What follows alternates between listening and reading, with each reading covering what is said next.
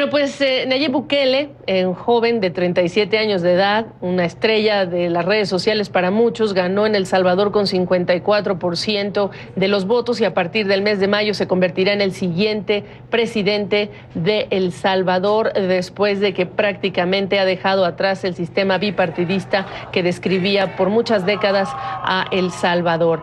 Voy con Manuel Orozco para hablar de este cambio, un cambio que es importante, pero cuando hablamos de cambio, Manuel, te saludo. Me interesa que entendamos qué significa cambio. Una cosa es la persona que llega al poder, otra cosa es decir cambio. ¿Qué esperas? Correcto. Yo creo que aquí hay un cambio realmente en términos de un relevo de la vieja guardia a una guardia, una nueva forma de gobernar diferente que no se conoce muy bien, pero que representa un rechazo a la élite política tradicional. Eso es lo evidente. La pregunta principal es qué significa este cambio hacia el futuro en términos de la gobernabilidad de El Salvador, en donde hay muchas interrogantes que no se han puesto en el tapete durante la campaña electoral. Y entonces en el desafío de la gobernabilidad me haces pensar en muchos países que recientemente han tenido ese mismo problema o desafío.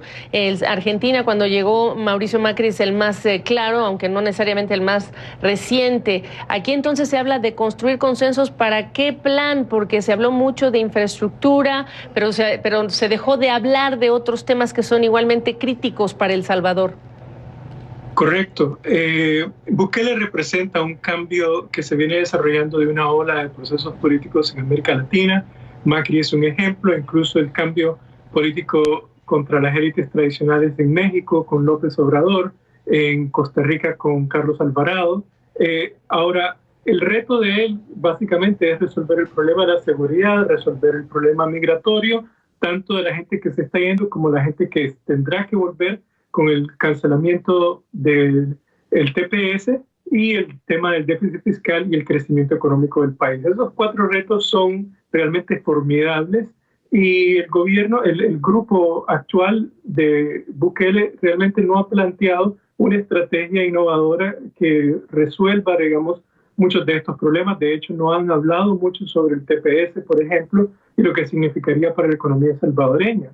Entonces, ahí es donde realmente uno tiene una gran interrogante acerca de cómo podrá gobernar este presidente con unos retos tan grandes que quien fuera el que heredara esto iba a tener que lidiar con serias transformaciones y serios riesgos que había que asumir.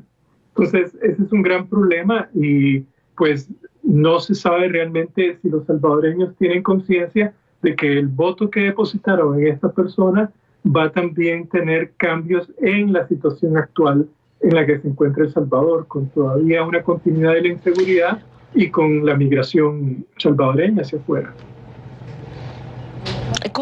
Como otros candidatos anti-establishment, uno de los temas mencionado muchas veces es el combate a la corrupción, pero del dicho al hecho hay mucho trecho y en el caso de El Salvador también va a importar de quiénes van a ser los integrantes del gabinete y de qué tipo de políticas se está hablando cuando se trata de hablar de la corrupción, que es algo que por supuesto a cualquiera le gusta que un gobierno se encargue de resolver.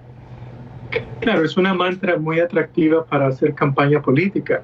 Yo creo que Bukele es genuino en su ataque contra la corrupción. El problema es que aunque él quiere montar un mecanismo similar a CICIG en Guatemala, las condiciones son diferentes, por lo tanto debería exhibir unas características más similares a las de justicia transicional, lidiando con pandillas, por ejemplo, que quieren salirse del entorno en que se encuentra, pero no tienen una alternativa para hacerlo en este momento, o con unos sectores del crimen organizado, pero menos que son diferentes a los que se produjo en Guatemala.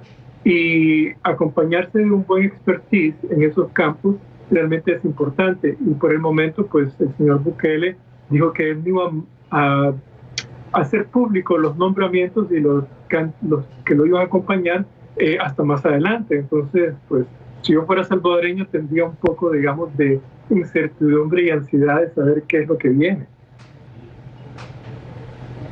¿Ves más nombramientos de naturaleza ideológica, nombramientos de naturaleza técnica y pragmática? ¿Eres optimista en esto?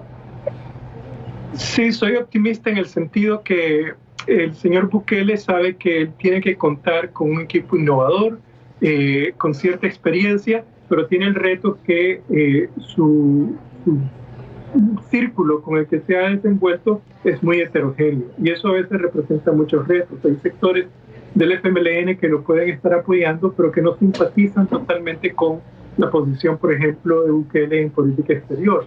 Por otro lado, hay gente dentro de Ghana que no simpatiza con el FMLN, va un poco más a la derecha y sería más conservadora en términos de política social. Por lo tanto, aquí hay que usar un poco de magia de cómo encontrar la fórmula perfecta para gobernar con este nuevo presidente. Pues va a ser muy interesante lo que ocurra de aquí al mes de mayo, saber con quién va a estar integrando su equipo para resolver estos desafíos que ni siquiera hemos tocado en una parte crítica y es con recursos finitos. Hay un hueco en las finanzas que es muy importante considerar cuando se habla de implementación de cualquier tipo de política de él, que será ya el presidente, ya podemos decir, el candidato electo presidente Bukele. Gracias, Manuel, gusto saludarte. Mucho gusto.